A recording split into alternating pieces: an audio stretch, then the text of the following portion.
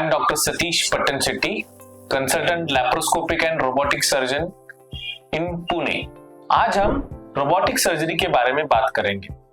Robotic surgery मतलब क्या, robotic surgery के फायदे क्या है, रोबोटिक सर्जरी और लैप्रोस्कोपिक सर्जरी मतलब दूरबीन द्वारा किया हुआ सर्जरी, उसमें क्या क्या फर्क है, इन सब के बारे में बात करेंगे। रोबोटिक सर्जरी मतलब जो सर्जरी रोबोट से किया जाता है उसको रोबोटिक सर्जरी बोलते हैं।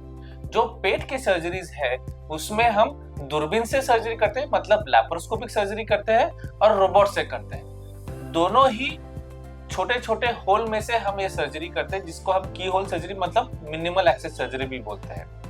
लेकिन फर्क क्या है, लैप्रोस्कोपिक सर्जरी में फर्क क्या है और रोबोटिक सर्जरी में फर्क क्या है? पहला फर्क है टेक्नोलॉजी का फर्क, कि रोबोटिक सर्जरी में टेक्नोलॉजी काफी अच्छा है। अभी हम अगर आईफोन 15 यूज कर रहे हैं तो लैप्रोस्कोपिक सर्जरी आईफोन 10 है, तो उसमें टेक्नोलॉजी का फर्क। वही आईफोन वही सुनाई देगा, वही सब कुछ बात करेंगे, लेकिन जो टेक्नोलॉजिकल एडवांसेस है वो रोबोटिक सर्जरी में ज्यादा है। मतलब laparoscopic surgery like iPhone 10 and robotic surgery like iPhone 15। Next फायदा क्या है, रोबोटिक सर्जरी में प्रिसीजन ज्यादा रहता है। मतलब लैप्रोस्कोपिक सर्जरी में दूरबीन से करते हैं, लेकिन सर्जन वो सर्जरी परफॉर्म करता है और सर्जन अपने हाथों का स्किल दिखा के वो सर्जरी अच्छा करता है।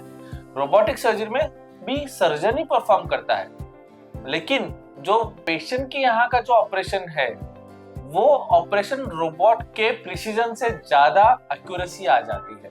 सर्जन ही वो सर्जरी परफॉर्म करता है, लेकिन रोबोट बीच में होने की वजह से उसमें प्रिसीजन ज्यादा आती है। सर्जन के जो डिसएडवांटेज है, अगर आपका हाथ हिलता रहेगा, सर्जन का हाथ हिलता रहेगा, वो थोड़ा डिफिकल्ट रहेगा, वो एरिया डिफिकल्ट रहेगा जिधर हम ऑपरेशन कर रहे हैं। तो ये सब जो डिसएडवांटेजेस है लैप्रोस्कोपिक सर्जरी के, जो एक स्किलफुल सर्जन लैप्रोस्कोपिक सर्जरी अच्छा कर सकता है, वही रोबोट में अगर वो करेंगे तो और स्किल बढ़ेगा और प्रिसीजन बढ़ेगा, जिसकी वजह से सर्जरी सक्सेसफुल होगा, वो और सक्सेसफुल होगा। इसी तरह से robotic surgery will increase the precision of the surgeon as well as the surgery. इसीलिए robotic surgery is in a technological advancement in case of laparoscopic surgical skills. ये एक एडवांटेज है। अगर पेशेंट में मोटापा ज्यादा है तो फिर अगर लैप्रोस्कोपी करते रहेंगे तो सर्जन को थोड़ी दिक्कतें आती है, डिफिकल्टी आती है, क्योंकि मोटापा रहेगा तो उसमें मोटापा के फैट की वजह से उसको ऑपरेशन करने में थोड़ी दिक्कतें आती है।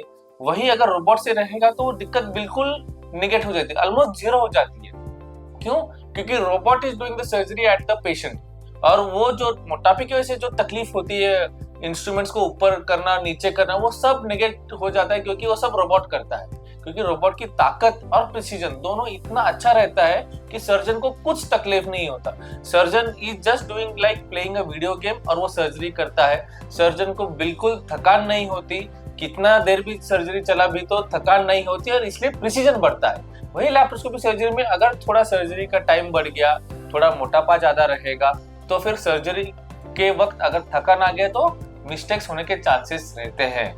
लेकिन वही अगर रोबोट रहेगा तो वो मिस्टेक्स नील हो जाते हैं, और इसीलिए प्रिसीजन बढ़ता है और सर्जरी के सक्सेस होने के चांसेस ज्यादा बढ़ जाते हैं। और एक तीसरी बात, लैप्रोस्कोपी के बाद कभी कभी पेशेंट को पेन हो सकता है, क्योंकि हम जब मूवमेंट करते हैं लैप्रोस्कोपी से, उसकी वजह से जो इंस्ट्रूमेंट मूवमेंट की वजह से पेशेंट को पेट में जिस होल से वो इंस्ट्रूमेंट डालते हैं उसमें पेन हो सकता है। लेकिन रोबोट में एक बार इंस्ट्रूमेंट डालने के बाद उसके टिप में ही मूवमेंट होता है, इसलिए पेशेंट के पेट के यहाँ कुछ मूवमेंट नहीं होता। इसलिए ऑपरेशन के बाद का जो पेन रहता है वो रोबोट में बहुत कम रहता है। इमीडिएटली 4 से 6 घंटे रोबोट के बाद पेशेंट चलने लगता है और फ्रीली एकदम चल लेता है with very minimal pain. So pain भी कम है, टेक्नोलॉजिकल एडवांसमेंट भी ज्यादा है, प्रिसीजन ज्यादा है, सर्जन को भी अच्छा रहता है कि कितना देर भी सर्जरी चला तो थकान नहीं होती, इसलिए उसकी भी एक्यूरेसी और कंसंट्रेशन बढ़ जाती है। So these are the advantages of robotic surgery over laparoscopic surgery.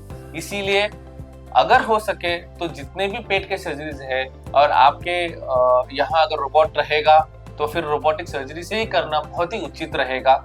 Insurance में भी रोबोट का अप्रूवल आ जाता है, तो इसीलिए अगर रोबोटिक सर्जरी की सुविधा आपके हॉस्पिटल में रहेगी तो आप श्योरली वो रोबोटिक सर्जरी ही आपने चूज करना चाहिए। हम इधर जुपिटर हॉस्पिटल पुणे में रोबोटिक सर्जरी से ही सब सर्जरीज अभी कर रहे हैं, तो you are welcome to Jupiter hospital Pune also. Thank you.